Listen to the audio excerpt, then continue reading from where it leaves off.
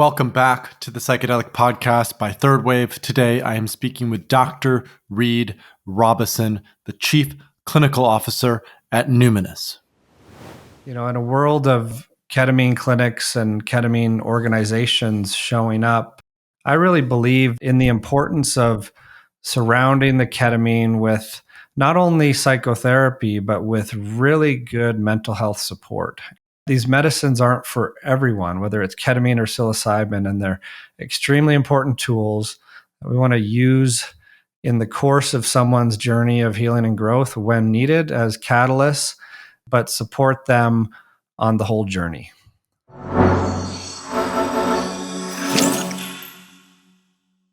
Hey listeners, I'm so excited to have Dr. Reid Robison on the podcast today. Reid is a pioneering psychiatrist who first got involved in the psychedelic space in 2010, almost a lifetime ago, and was one of the first psychiatrists to legally work with ketamine in the state of Utah, helping people to address issues like depression and suicidality with not just Spravato, also generic ketamine. And so in today's episode, we go deep into the efficacy of psychedelics from a clinical perspective. We talk about the trajectory and path of Numinus. We talk about why Reid is so interested in the space. One of the interesting topics that we dive into is the importance of patents and how the patenting of S-ketamine, also called Spravato, enables health insurance, whereas generic ketamine is not covered by health insurance. So we also flesh that out and talk about kind of the pros and cons of a patent approach. All right, that's it for now. Let's dive into this episode with Dr. Reid Robison. I hope you enjoy our conversation.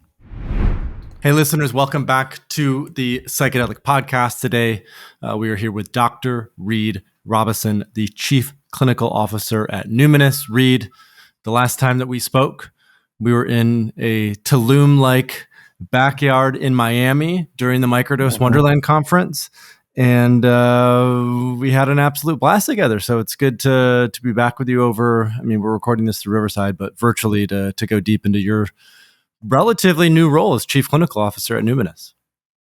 Yeah, it's good to be here. Thanks for having me.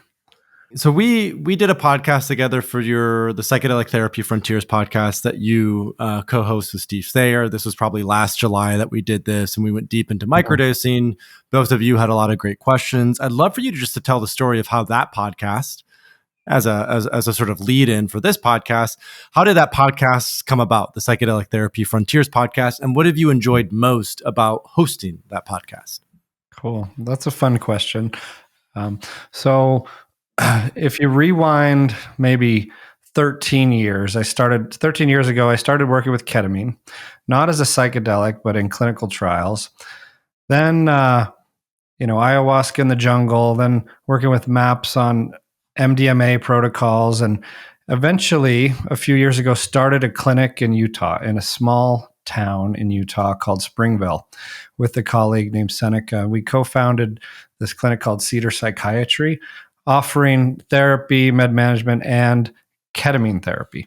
And so that was pre-pandemic, but the need was already there, and then it was growing through the pandemic. We grew to, I think, 4 clinics, and then got acquired. But around the time we were expanding from one clinic to several, Steve Thayer had joined us as a psychologist, and we were working down the hall from each other, training practitioners in how to do ketamine therapy. And these questions would come up in a recurring way of, how do I do CAP? How do I work with ketamine and therapy? What does this combination look like? We were developing training materials at the time, and it just kind of came as a random idea one day of maybe we should put this in a podcast format with our clinicians in mind, but thinking of the broad interest. And so we did it. We just started it a little nervously at first. And our podcast is mostly me and Steve having conversations. Occasionally we'll bring on guests, like when we had you come on. That was a really fun conversation. So that's the origin story of the podcast. It was really neat, surprising to see from there that people actually listened, and they actually listened, even if it was just me and Steve sitting there chatting, having a conversation. When you and Steve chat, what are some of the common themes that often come up in your conversations? What are some of your favorite? Because I noticed, I've hosted the podcast for 6 years now. And so I noticed that there are just themes that sort of tend to, like, almost archetypes of these podcast conversations around psychedelics. So what have you found to be some of those themes that have come up time and time again? We like to, as two scientifically minded, credentialed individuals that could be giving boring academic talks, we like to just talk about. We like to shoot the breeze and apply our reasoning, but putting aside as much skepticism as we can to what's going on in the world, therapy topics, psychedelic medicines. Like we've gone through the medicines one at a time. We've gone through different therapy modalities last week, talking about what is going on with psilocybin legislation. What's rolling out, what's coming soon, because that just passed through Utah, a bill that went before the legislature. So it got favorite down though, right? Yeah. Is that it got tabled. I went up and gave a testimony. I was an expert witness on behalf of mushrooms. Yeah, that was fun. It was also interesting to see the counter debates, the people like the anti-drug campaign, still alive and well, presenting opposition. I'm curious about that. What were some of the anti-psilocybin sentiments that were talked about in the Utah legislature? Well, first there was a lady from Drug Safe Utah saying, you can't legalize this stuff; it'll run rampant. And then someone else gets on from some other addiction organization, a gentleman who's a physician, but had these views of, you think this will be controlled, but it will create addiction problems in youth, which it was a puzzling argument. It didn't make sense to me because this is I guess his argument was that legalizing it will tell the kids it's safe and they'll want to go use it. So that was his argument. And then the Utah Medical Association saying, no, we wait for the FDA to approve things, was their stance, like it was on cannabis. And that was also has been the same stance as the American Psychiatric Association. The APA came out, I forget, in the last maybe 3 or 4 months and basically said, hey, we can't really say anything about this until the FDA has actually approved it to be medically available for TRD, MDD, PTSD, whatever it is. Yeah. So the debate kind of resolved around that is there enough evidence to support its use? Waiting for the FDA to approve something. What does that look like? I think people assume that once psilocybin's approved, you'll be able to prescribe it for whatever you want, but that's not the case. It's not what happened with Spravato, S-ketamine. Like these drugs, like psilocybin especially, I'm fairly confident we'll have a pretty tight REM system, risk evaluation management system, making it so you can really only give it for the condition approved for years. What were some of your points when you got up? You were speaking for the mushroom.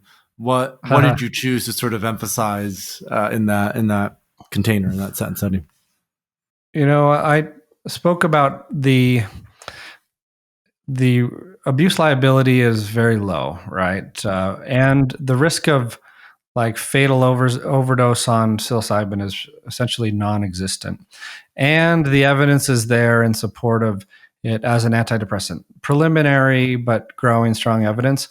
And that given that there's a mental health crisis among us, and Utah has consistently ranked high in suicide rate, really tragically. Like 10 years ago, when I was working at the University of Utah, I was part of a Utah suicide study trying to figure out why is this high? Why is it increasing? And so my argument was that that I was convinced that the risks, the benefits of approving this would outweigh the risks, and it would very likely save lives. I like that. I'm just writing that down. The benefits outweigh the risks. With psychedelics, as many of our listeners know, the risks are relatively minimal, at least in comparison to many other substances, right? David Nutt had published the study in The Lancet, I think in 2010, outlining that LSD and psilocybin are the two safest substances, either illegal or legal. And you'd think that would be sort of common sense at this point in time, especially in the medical professional space, but clearly that isn't. And I'd love to root this even deeper into your story. When is it that you came around to the idea that psychedelics might actually be useful and efficacious? What was your sort of aha moment or inflection point in that story? Mm-hmm.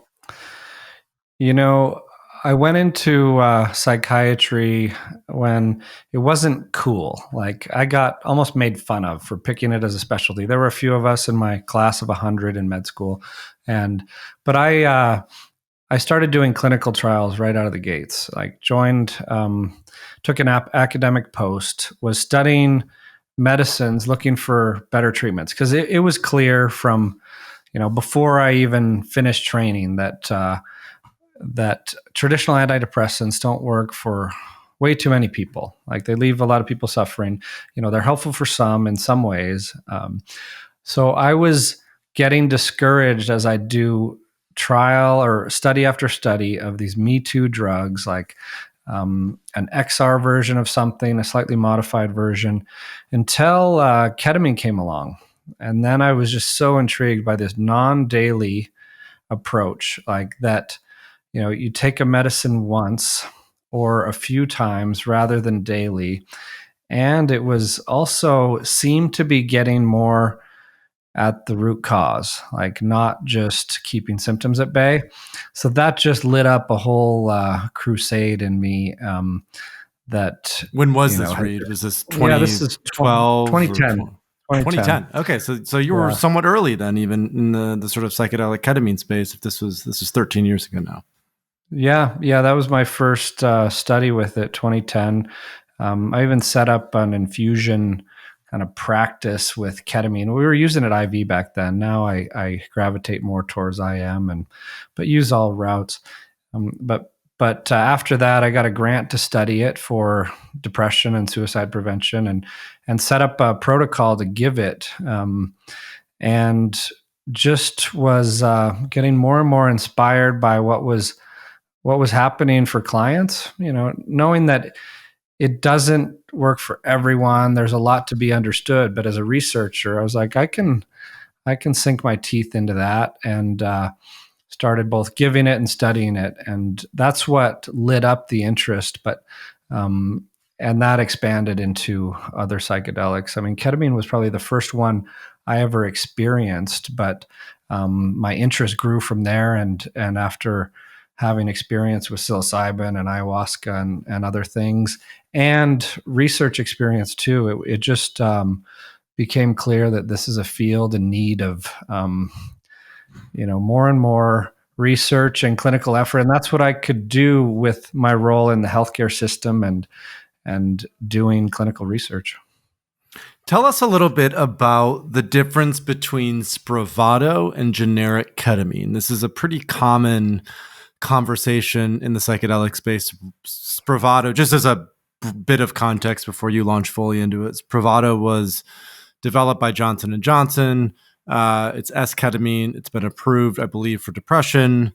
And because it has been brought through clinical trials and approved for specific indications, it's covered by health insurance, but it's much more expensive than generic ketamine. So I'd love for you to just sort of help the listeners understand Spravato versus generic ketamine, health insurance versus off-label use. Break that down. Make it help us understand kind of what's going on there. Yeah. So from the get-go, even 12, 13 years ago, when I would give ketamine, insurance would not cover it. Like, we've had a few victories and exceptions since then, but that takes a big battle, like single case agreements or maybe a little win with a little insurance plan to get it covered on an ongoing basis. But for the most part, ketamine is out of pocket, and that presents an accessibility challenge. So when S-ketamine came along and was FDA approved, 2019, I think it was March. I had this clinic set up already, and we had the ketamine infrastructure, and had to make the decision of, do we give it, given that it's like a $500 a dose medicine that we could use insurance for, versus having someone cash pay their ketamine. And this is like, a single session of ketamine. At the time, we were charging about $225 for an IM ketamine with basic, day of therapy, pre and post, and then your other parts of the therapy course would be separate and could potentially use insurance. Versus Spravato, that the patient could just use their insurance for most of it and pay a copay.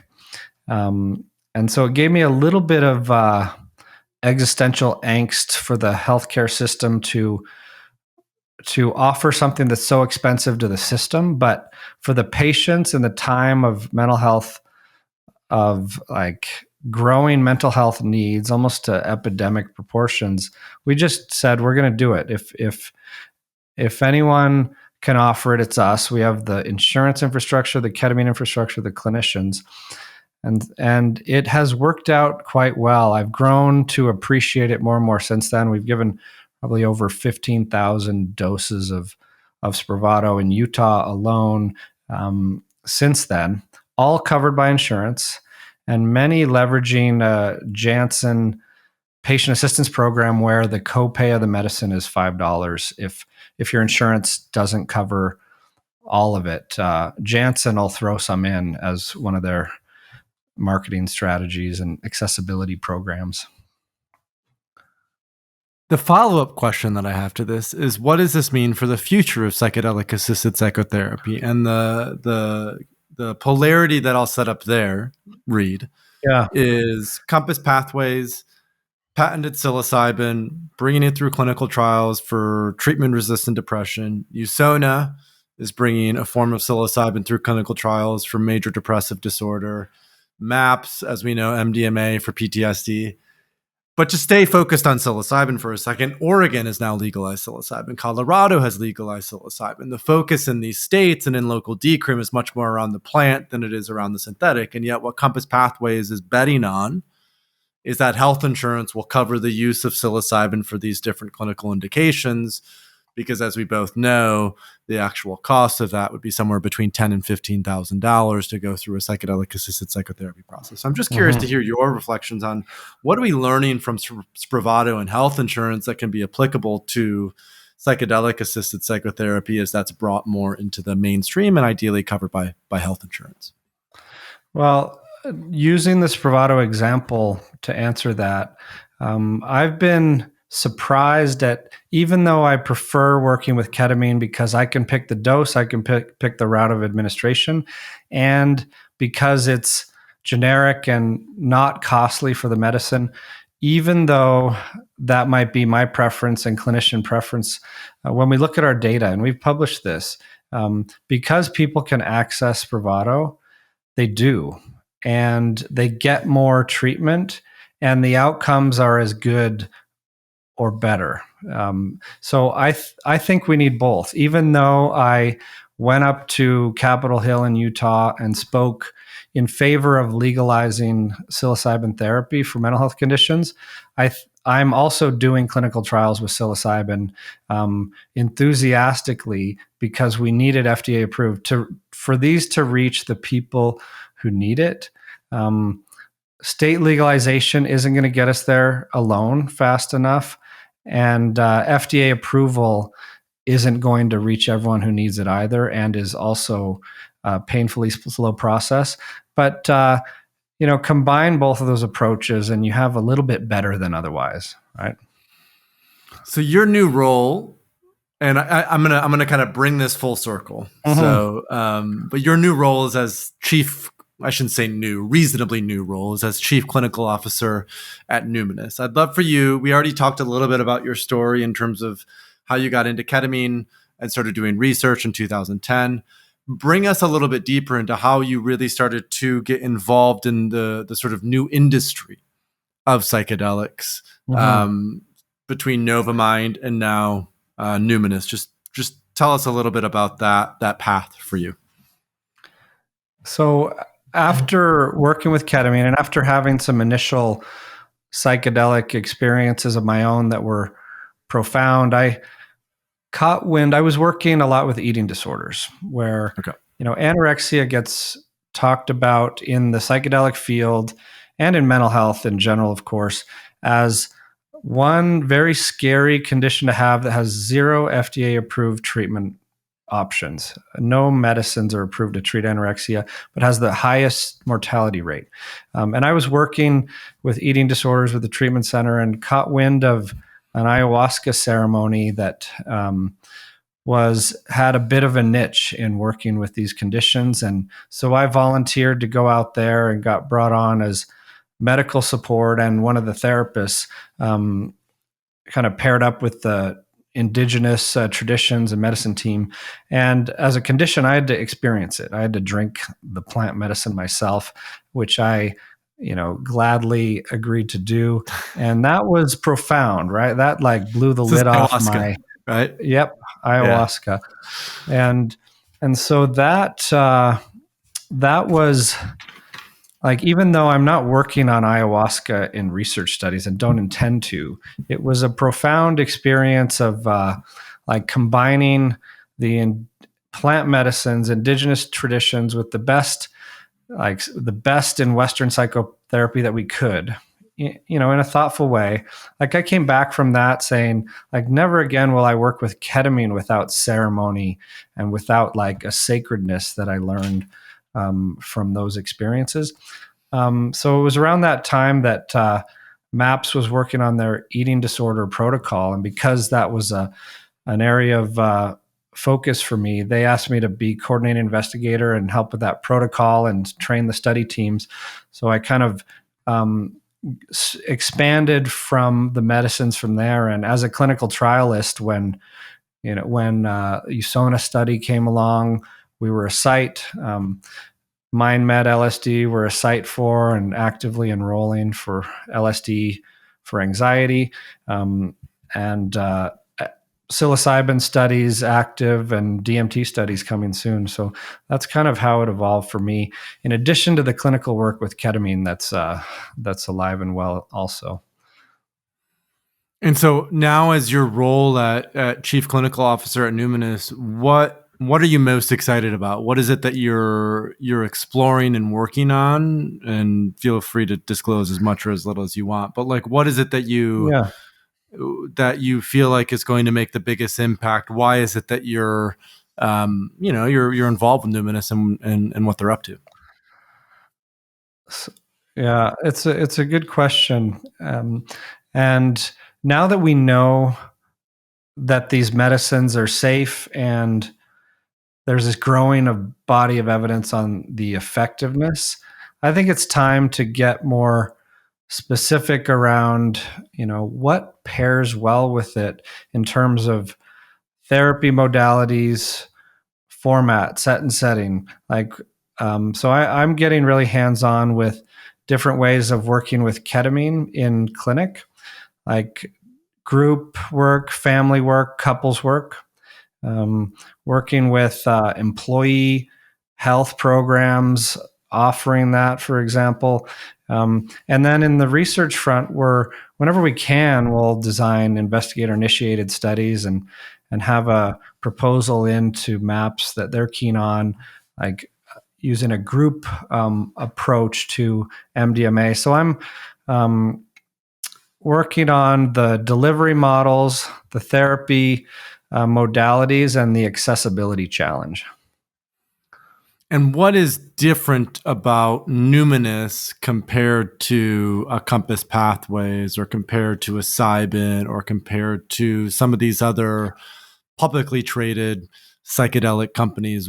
How is Numinus sort of differentiated specifically from a clinical perspective in terms of the pathway that they are taking to either FDA approval or Health Canada approval or whatever that might be? So we're first and foremost a mental health service organization with clinics across the U.S. and Canada, Utah, Arizona, and then some in Canada, and we'll do probably 100,000 client visits this year for mental health, and a minority percentage, maybe a quarter of that, is ketamine related. So we're working on the challenge from, within the mental health infrastructure of everyday mental health care, where if you have insurance, let's use it, and let's expand access in the best way we can to as many people as we can, including these new modalities that are important, like ketamine-assisted therapy and the other medicines as they come or as we can. Like in Canada, we're able to give psilocybin or even MDMA under special access, like a compassionate use equivalent. In the US, that's harder, but we're working on it in those ways of offering in clinic whatever we can, and as new ones get approved, we're ready with the infrastructure for this new era that you might call like interventional psychiatry, like in-office delivery of medicine, where a therapist or therapists hold space, and you come in for your preparation integration sessions, and we know the clients, like this is being offered to people who have already come to us for their mental health journey for the most part. I want to go back to that number that you mentioned, 100,000 client visits, 25% of which are currently utilizing ketamine or are related to ketamine. Is the larger objective and goal of Numinus to make 100% of those client visits ketamine related or psilocybin related or MDMA related? Is that sort of the trajectory, or is it more so let's shift to a more integrated model, and still a percentage of people are going to work with these psychedelics, but not necessarily everyone within our ecosystem will be utilizing them? Yeah, it's the latter, and I appreciate the clarification, because in a world of ketamine clinics and ketamine organizations showing up, I really believe that in the importance of surrounding the ketamine with not only psychotherapy, but with really good mental health support. And I, if someone's going to see, like, go get a dose of IV ketamine from a clinic where it's run by, say, only anesthesia, that may be fine. They know ketamine well, but they better have a mental health support team on board who knows they're doing that and is willing to support them through it. Because, as we both know, sometimes when you embark on a journey like that, stuff comes up, or you might feel worse before you feel better, or you might have to confront some things that are difficult. And But the other thing you mentioned, I think, is a really important point as well, is that these medicines aren't for everyone, whether it's ketamine or psilocybin, and they're extremely important tools that we want to use in the course of someone's journey of healing and growth when needed as catalysts, but support them on the whole journey. And on your website, you have a little thing that says that Numinus is aiming for a completely new standard in mental health care. How would you define that standard, just building on everything that we've already talked about over the last several minutes? Yeah, so the example would be, offering the best of the traditional mental health services that we can, like therapy, psychiatric evaluation, psychological testing, med management, group and individual therapy. And as things are both available and evidence-based, we'll bring them in and offer them in this infrastructure with attention to not just the quality, but the accessibility and meeting people where they're at and bringing the tools that they could actually access and afford, and wrapping the support around that. Although Numinus is focused a lot on psychedelics, you mentioned other things that become available that are evidence-based. As we've gotten to know each other, I know that you've done a lot of yoga, you've worked with meditation, you've worked with some of these other modalities.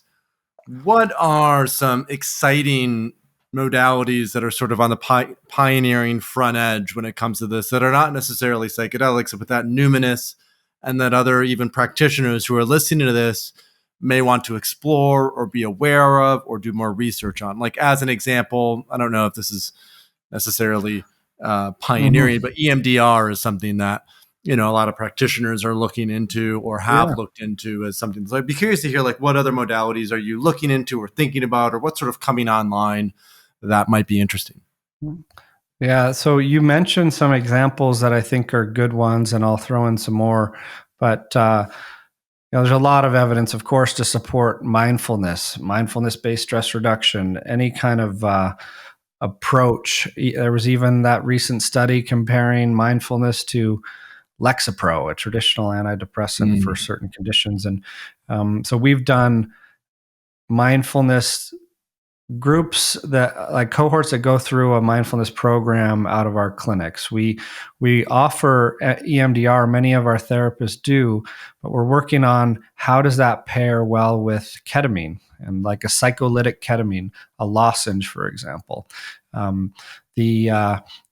Another example that's less in the integrative alternative modality, but worth mentioning, is TMS, transcranial magnetic stimulation. We offer that in most of our clinics as an FDA-approved treatment option for treatment-resistant depression and OCD, for example, where it's a non-medicine intervention where we leverage insurance and offer this alternate way of working on your healing and growth and your mental health.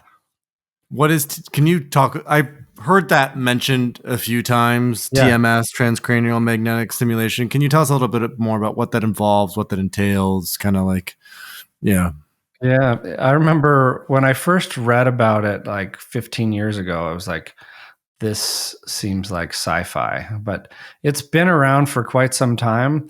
And it's basically an MRI strength magnet in a helmet that where it delivers an electromagnetic pulse that causes a certain pathway of neurons to fire, and does it repeatedly, under the idea that neurons that fire together wire together. And if we bring someone in 30 different times to clinic for, say, a 20-minute session, and we put this magnet on and fire it 2,000 times every time they come into clinic, and aim it at the dormant depression pathways, we're not only waking those up, but we're training it to be awake. It's almost like you're going to the gym and doing all these repetitions, practicing the euthymic or positive mood pathways over and over.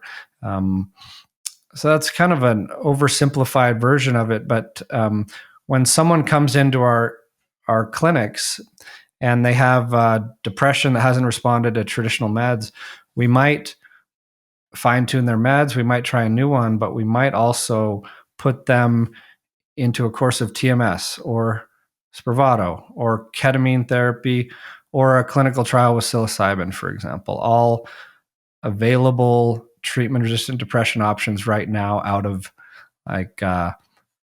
our infrastructure. And who makes that decision? Do you, as the medical director or the medical professional, make that decision? Does the individual who is coming in make that decision? How does that process work? It's the individual and their clinician. They're sitting there in a visit and exploring the options, like with the clinician's guidance and experience. And then I oversee our clinicians, and we're always talking about these algorithms and keeping up on the evidence. I just had a meeting this morning, in fact, with all our clinicians in the US, where we'll go over, some of these things, like what's our latest psilocybin study look like? What's the protocol? What's the latest evidence? When might one think about referring a client to that versus we also had a talk on TMS and some of the new indications, like it's even approved for smoking cessation right now. So just keeping up with the latest evidence and bringing the options into clinic that so it can be, so you don't have this problem of of like one size fits all, or if you're a ketamine clinic, people come in, you're just going to give them ketamine, right? It's you either give them ketamine or turn them away. But when they come into a clinic like ours, we can look at all these options with them and make a really conscious decision of what's the best next course of action. So to go back to TMS, can you combine, because when you're talking about TMS, what it reminds me of is that Imperial College brain imaging scan, the fMRI scan that they published, which showed a placebo and psilocybin, right? Placebo, there's not a lot of sort of cross-hemisphere communication. You have a high dose of psilocybin and all of those things are firing. And finally, there's parts of the brain that are brought online that maybe haven't been brought online in decades for some people, right? Returning it to like a childlike state. Is there similarity then between TMS and these high doses of psychedelics? Could TMS be used as sort of an integrative modality after a high dose experience to help sort of elongate the benefits of a psychedelic experience? Or is it best to sort of look at those as totally separate modalities that don't have any type of overlap? No, I think it's a really kind of astute question pointing at research that needs to be done, right? There are a couple studies that have looked at ketamine plus TMS, which is interesting to think about. How would those be combined? Like, what do you give first? Is TMS, like you said, the integration, the neuroplasticity enabler, and what pathways do you target? Or are they happening at the same time? There was even one study that I found intriguing where they had ketamine on board and TMS, and that would be a rather weird ketamine session, in my opinion, because this helmet it's loud. It doesn't hurt, but like it's like a tapping noise and sensation, like a mild jackhammer or woodpecker noise in a way. It's interesting the way we map that to make sure we have the right intensity of magnetic pulse is we'll aim it first at the motor cortex, specifically at a place that will make your fingers move. And then we'll watch the hand and we'll crank up the intensity until we get the fingers to twitch. We know, okay, we've got a strength that will fire that person's neurons. We may need to adjust it because like caffeine lowers that threshold, alcohol raises it.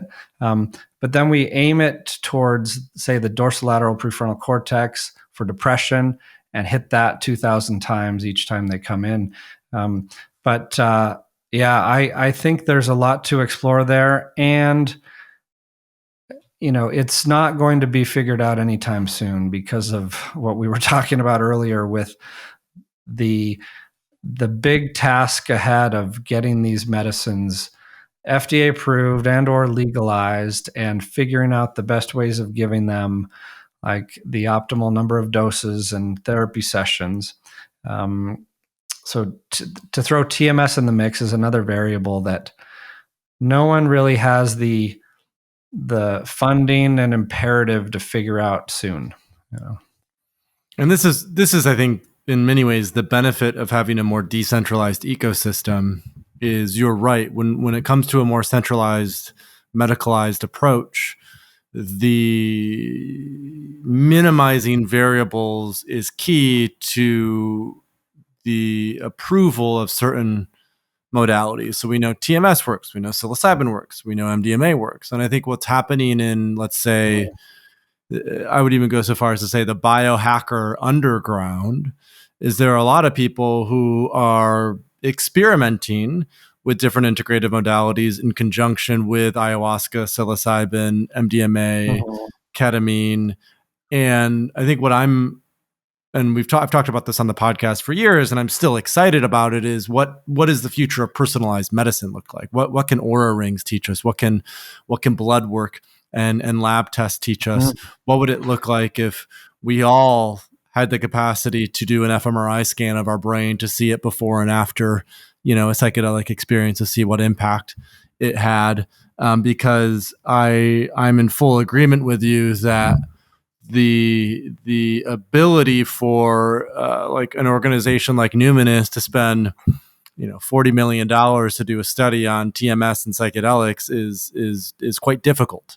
And yet I think we would both agree that, going back to this concept of interventional psychiatry, that the optimal approaches are multimodalities. It's not just a single thing that we're reliant on, but we're really looking at, as you said before, the entire person, the entire self. And we're not looking at a single moment in time, but we're really looking at a month, 3 months, 6 months, a year, in terms of what could be helpful and efficacious. Yeah, no, it's an excellent point. And the way we're approaching that is clinical trials on the FDA path are one thing, but once they're approved in clinic, like with Spravato, for example, we've given it so many times now and we have our electronic health record, that we've done this already and published probably half a dozen papers on our clinic data in the last year. We've been able to, with the IRB approval, the ethics approval, and the right confidentiality approach in place, query the data in an anonymized way, ask questions of it. And we could, like, once psilocybin is out in clinic, there may be people who are getting it at the same time they're getting TMS, or right after, right before, or whatever. And we can look at that data because, like we've done for Spravato, in fact, we have people who have been getting TMS and ketamine in parallel, not on the same day, but in parallel. And we could extract that as a subset, compare it to another subset, and take a real world data approach to at least point signals of what needs to be really explored seriously.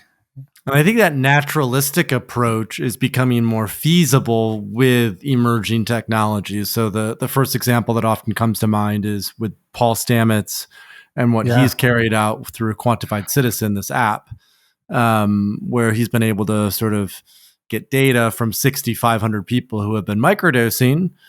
And what's interesting now is that naturalistic data that he's collected through Quantified Citizen, it actually is mimicking a phase 1 clinical research trial that Suresh has done in New Zealand that shows that the core variable that actually dictates success when microdosing is, am I doing it in a sort of neutral hospital setting, or am I doing it in my natural everyday life? Because the way that Suresh had set it up in New Zealand is you could take 10 micrograms of LSD home with you. You could take it at home, and they found that was actually the main variable that caused a shift. So I think optimally or ideally, right, like some of these questions can inform a naturalistic or observational research path. And then as it becomes less and less expensive to actually carry out clinical research, because these aren't Schedule I substances anymore, because they're legal in certain jurisdictions, then potentially that multimodality approach is actually feasible to study. Yeah. Yeah, I love the study you mentioned with all the quantified citizen. Did you say is it quantified citizen platform? Yeah, I heard Paul Stamets talk about it in his talk at the MAPS conference in Austin back in like 2019. Nice. And then it's really neat to see data coming out. But you know what I encountered recently when reading about this case of psilocybin for anorexia from the 1950s is I went down this rabbit hole of the first hospital-based use of psilocybin ever documented was in France in the 50s. And the way they gave it there, it wasn't very successful because of the setting. It was in a hospital room where you'd get this medium-sized dose, say 10 milligrams of psilocybin, and then you'd go from room to room at these different psychology interviews where they'd be like staring at you, asking questions, writing things down. And people's comments from that experience were like, this was a little bit uncomfortable. Are they scrutinizing me? Mm-hmm. Yeah, it was just in hindsight, they didn't have any clue about set and setting and how to dose this stuff. But no wonder it didn't work. And it reminds me of the microdosing study, the New Zealand work you mentioned. Yeah, that naturalistic setting, right? We're so sensitive, especially when we take psychedelics, even at a microdose level, that environment that we're in actually matters quite a bit. And even to that, okay, so that's even a good transition into the next question that I wanted to go into with you, which is earlier you mentioned that you're starting to experiment with ketamine in clinic with groups, families, couples, but also like employers. And I know there was an announcement. I think this was just right after Numinus had acquired Novamind and you really joined the Numinus team. There was an announcement that Numinus was pairing up with Lucid, Hemp Lucid, which Chase, who's the CEO, went through our training program for coaches. Great guy. So this was during that. So I saw that. So I'd love for you to tell us a little bit about whether it's that specific concrete example with Hemp Lucid or more broadly, what does that look like in terms of employer mental health relationship? What's feasible to do? What's legal to do when it comes to that? Yeah. And Chase and Hemp Lucid are a great example because this is pretty early on. This is like 2020 or so when Chase and I connected because we're both in Utah, and Hemp Lucid is, wasn't too far away from our clinic, and we connected on this shared vision around wellness and bringing psychedelics into both healthcare and the wellness world. And he had this vision of if supporting this theory that if he supports his employee mental health, it's not only good for them, but good for their work too. If they can thrive in everyday life, they can thrive in the workplace. And it was a worthwhile expenditure to invest in their mental health. And so he did. And what that looked like was setting up a program with us where Hemp Lucid employees, if they wanted to and needed to, could come in to us for a course of ketamine-assisted therapy once per quarter, the way he set it up. You have to put some reasonable container around it in the real world, given economics and everything else. And then from our end, we had to make sure we follow a process that keeps us in good standing with the fact that ketamine is a controlled substance and we need to give it for a mental health condition. And so that's how we've approached it. If someone needs it, they come to us for an evaluation and we can, see them from there. We've done it mostly in individual ways, but sometimes in groups. And the neat thing is the culture that Chase has set up at Hemp Lucid, beyond this and including this offering, has really created a close group of individuals who support each other. They're vulnerable. They're vulnerably doing this work in parallel and sharing with each other and cheering each other on. Like what that translates to in their kind of openness and sense of community and the work they do is really inspiring. It's really been neat to watch. Do you sense that this will become more and more prevalent in other workplaces? Has there been, I know there was some media around that. Has there been more interest from other companies, or do you think it's still early days to talk about sort of ketamine as a mental health benefit? I think it's a great time to talk about it, and it's I think more and more people should adopt it or should test this theory out, because I'm I'm convinced that if set up in the right way, it's going to be a pretty strong return on investment for employers and health plans for that matter. And yeah, like you mentioned, Dr. Bronner's announced a program that they rolled out since then as well, that has created a lot of good kind of awareness and attention on this possibility.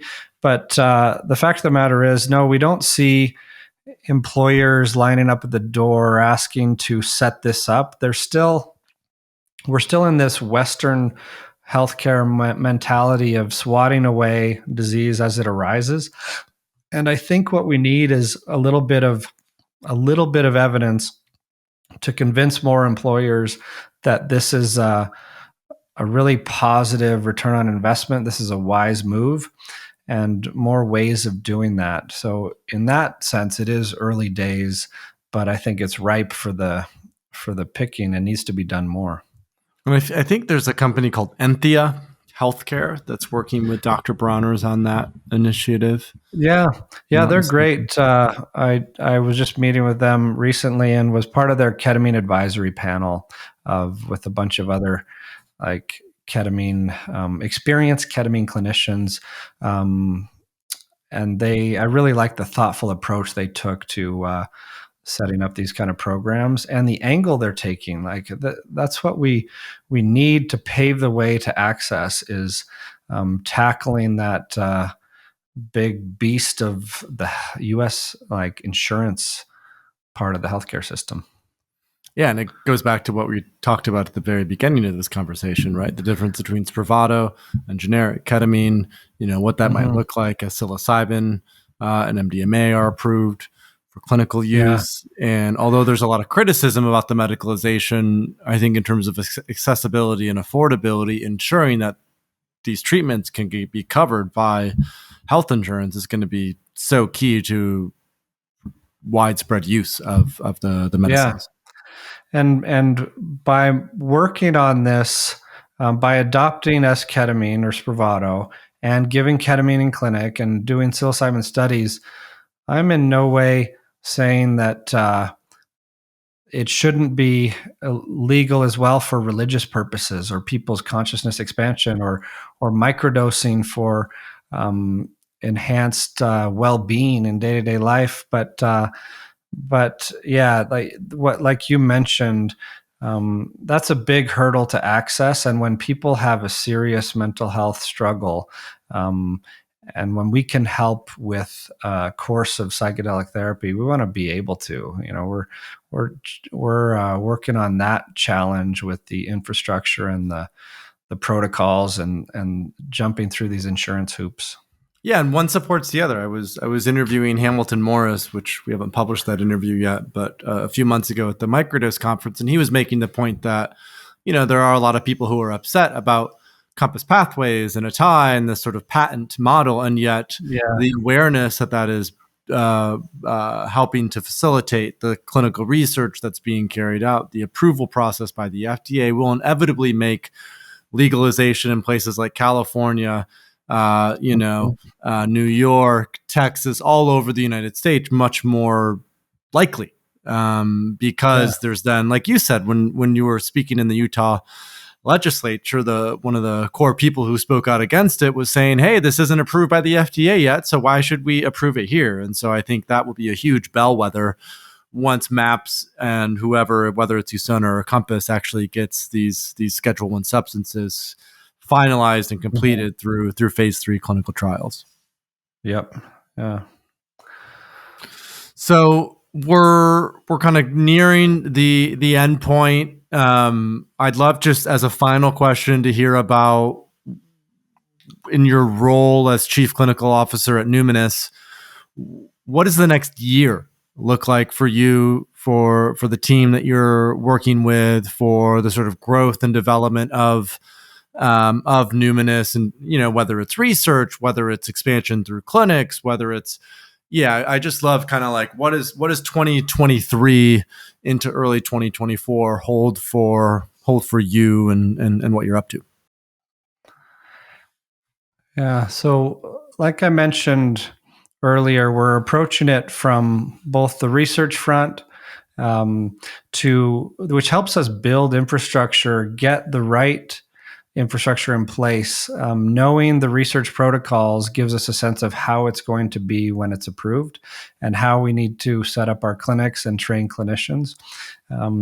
But I'm excited to see what comes of these pilot programs we're doing. Like we did one of group ketamine for healthcare workers coming out of the pandemic with burnout, stress, trauma. And we got that data accepted for publication. It hasn't come out yet, but it's exciting to see like people's trauma scores plummet, their resilience increase through the course of like a 6-week group program with peers, like healthcare worker peers, and 3 doses of ketamine. And so we're starting another group program next month. I've got a few retreats planned for the year, like bringing people in from wherever in the country, outside of the country, to receive ketamine plus a whole lot of therapy for a given indication: addiction, eating disorder. We've got some dates planned for one for postpartum depression, right? That hasn't been done yet, but where we need more tools, right? There's an FDA approved medicine approved in 2019 as well for postpartum depression that costs like $80,000. Has never been given in Utah, and you have to be hospitalized for 48 hours to get this IV, right? So when people are suffering that much and there's suicidality risk and things, we need to really take these tools that we have and make them available in a good way.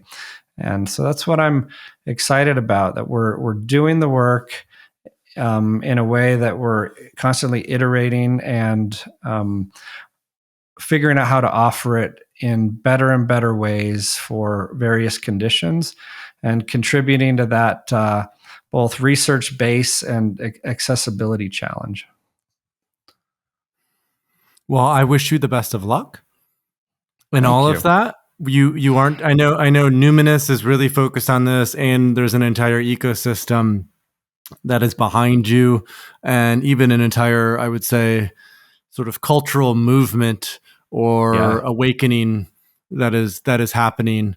And what I've always loved about Numinus, what I've loved about your work is it's grounded, it's balanced, it's evidence-based, it's informed by science, and it's also compassionate, caring, and accessible.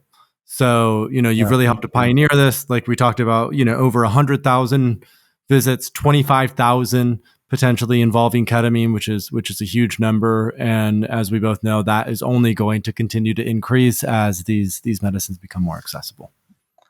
Yeah, no, thank you for what you're doing. I love the movement, the collaborative spirit of this, where we're rallying together, like walking each other home to this, this better way of living, thriving, supporting each other. It's what being human is about. It's what relationships are about. It's better to be collaborative, to do it together. And, that's usually one of the core teachings of psychedelics, is that, to go at it alone is not nearly as fun as to, as to be in collaboration. So that's true. Well, now we have an IG Live that we're gonna pop over to do. So Dr. Reid Robison, it was great to have you on the podcast today. Thank you for joining us. Thanks, Paul. Wonderful questions as always. Fun conversation. Thanks so much for watching. If you want to stay up to date on the third wave of psychedelics, subscribe to this channel and visit thethirdwave.co, where you'll find plenty of free resources on intentional and responsible psychedelic use.